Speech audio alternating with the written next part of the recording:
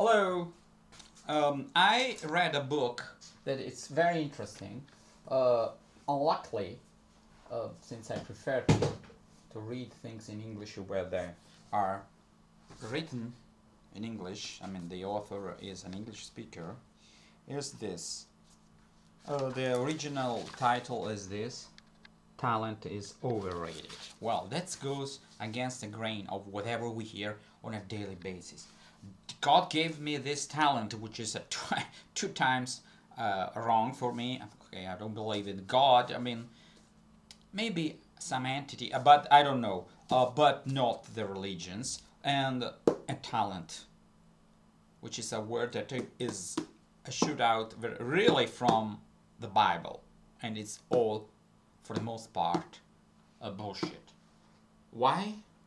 Because there's no scientific proof that some people are wired differently when it comes to music, when it comes to mathematics, when it comes to other things.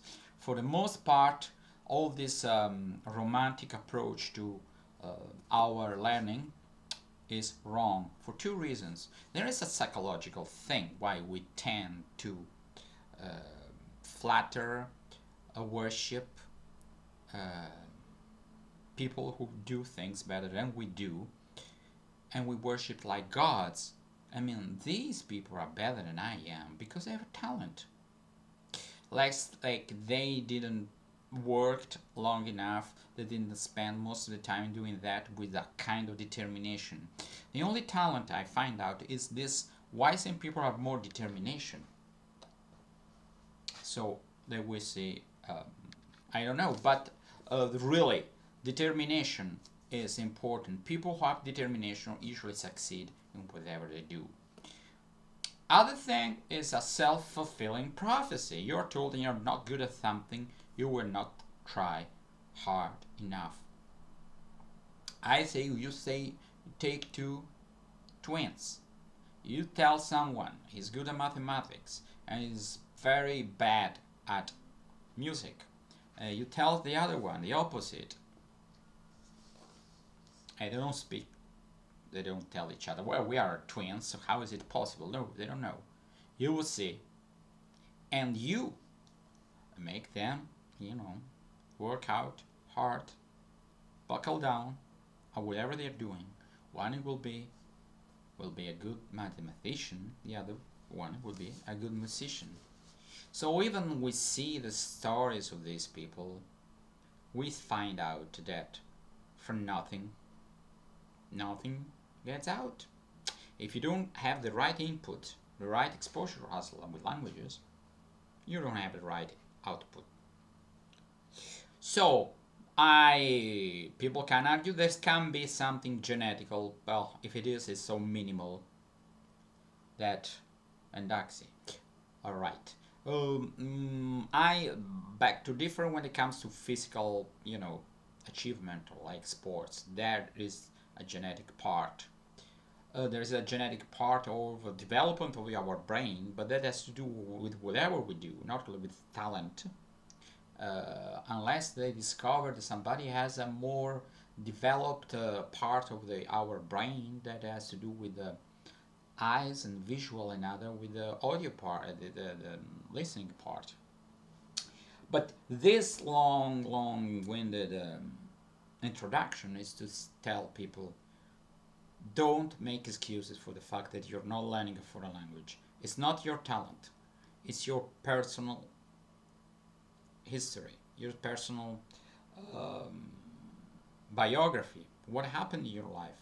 Have you been exposed to minimal language input, and have you been told that was enough to speak a language, and you developed the idea that you were not fit to learn a language? We are, for the most part, fit to learn a foreign language because on the first place, we speak our first language.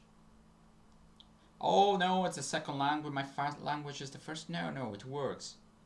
Obviously, there's influence of the first language, but generally speaking, if you're exposed to the same amount of language input, you will learn the second language on a level that you can't even imagine. Don't demand from your learning to become a perfect native speaker. And then you will not, you will be frustrated, you will give up everything. That's so wrong. As I said in another video, let well enough alone. Be a good learner, be a good speaker of the language you're learning. But don't get into the process of, I am the one who's wrong. No, you're not the one who's wrong. What your mind tells you is wrong. The simple idea that you are wrong is wrong. That is the problem. Focus on what you're doing rather than, will I ever speak like a native speaker? Well, obviously not. You're not. Why should you be? Why should you spend the rest of your time on things they should have done when you were much younger? That is true. When you are over 12, it's very rare that you cannot be detected as a foreigner by a native speaker.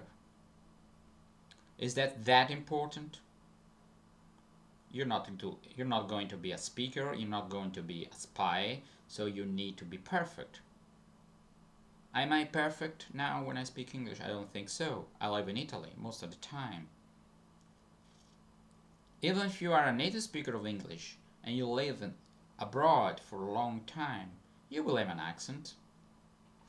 Because accents reveals who we are. Is it wrong? I don't think so. That doesn't condone very bad accents, bad pronunciation. No. I'm speaking about perfection. Okay? When you learn English, you say rut, rat, rot. You have to distinguish these sounds because these are the bricks of the language. 1 second, just a second.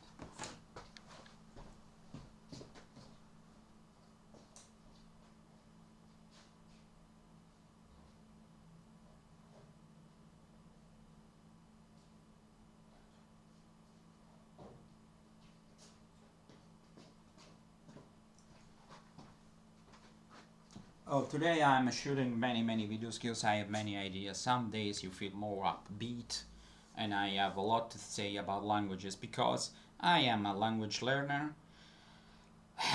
I'm rushing up on my modern Greek and I've been teaching Italian and English, so I have quite an experience.